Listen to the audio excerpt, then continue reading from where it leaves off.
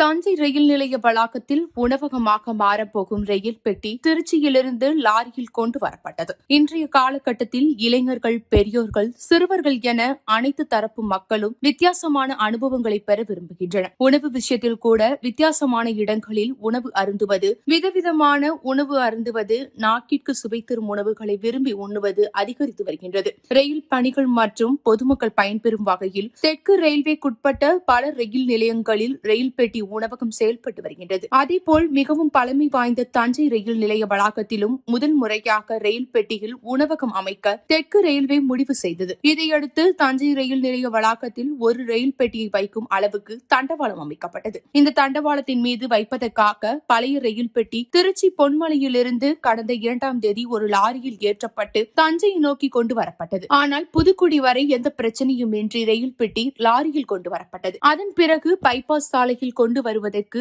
அனுமதி கிடைக்கவில்லை. இதனால் புதுக்குடியிலேயே ரயில் பெட்டியுடன் லாரி நிறுத்தப்பட்டது. தஞ்சைக்கு வந்த ரயில் பெட்டி நேற்று முன்தினம் அனுமதி கொடுக்கப்பட்டதை அடுத்து புதுக்குடியிலிருந்து தஞ்சை ஞானம் நகருக்கு லாரி மூலம் கொண்டு வரப்பட்டது. தஞ்சை மாநகர பகுதிக்குள் கொண்டு செல்ல இரவு நேரத்தில் அனுமதி மறுக்கப்பட்டது. ஏனென்றால் 2 மணி நேரம் இரவில் மின்சாரம் நிறுத்த முடியாது என அதிகாரிகள் தெரிவித்ததால் ஞானம் நகரிலேயே லாரி நிறுத்தப்பட்டது. இதையடுத்து நேற்று பிற்பகல் 12 மணிக்கு மேல் மின்சாரம் நிறுத்தப்பட்டதை அடுத்து ரயில் பெட்டியுடன் லாரி புறப்பட்டு தஞ்சை ரயில் நிலைய வளாகத்திற்கு கொண்டு வரப்பட்டது. போக்குவரத்து ஒழுங்கு பிரிவு போலீஸ் இன்ஸ்பெக்டர் ரவிச்சந்திரன் தலைமையிலான போலீசார் போக்குவரத்தை ஒழுங்குபடுத்தி லாரி எந்தவித சிரமமின்றி வர உதவி செய்தனர். இந்த ரயில் பெட்டி ஏற்கனவே அமைக்கப்பட்டுள்ள தண்டவாளத்தின் மீது வைக்கப்படும். பின்னர் ரயில் பெட்டியை உணவகமாக மாற்றும் பணி நடைபெறும். இதுகுறித்து ரயில்வே அதிகாரிகள் கூறும்போது, பழைய ரயில் பெட்டியை புறணமைத்து ரயில் கோச் ரெஸ்டாரண்ட் என்ற அட்டகாசமான உணவகம் அமைக்கப்பட இருக்கிறது. இந்த உணவகத்தில் குறைந்த விலையில் பல்வேறு தரப்பினரும் கவரும் உணவுகள் விற்பனை செய்யப்பட உள்ளது.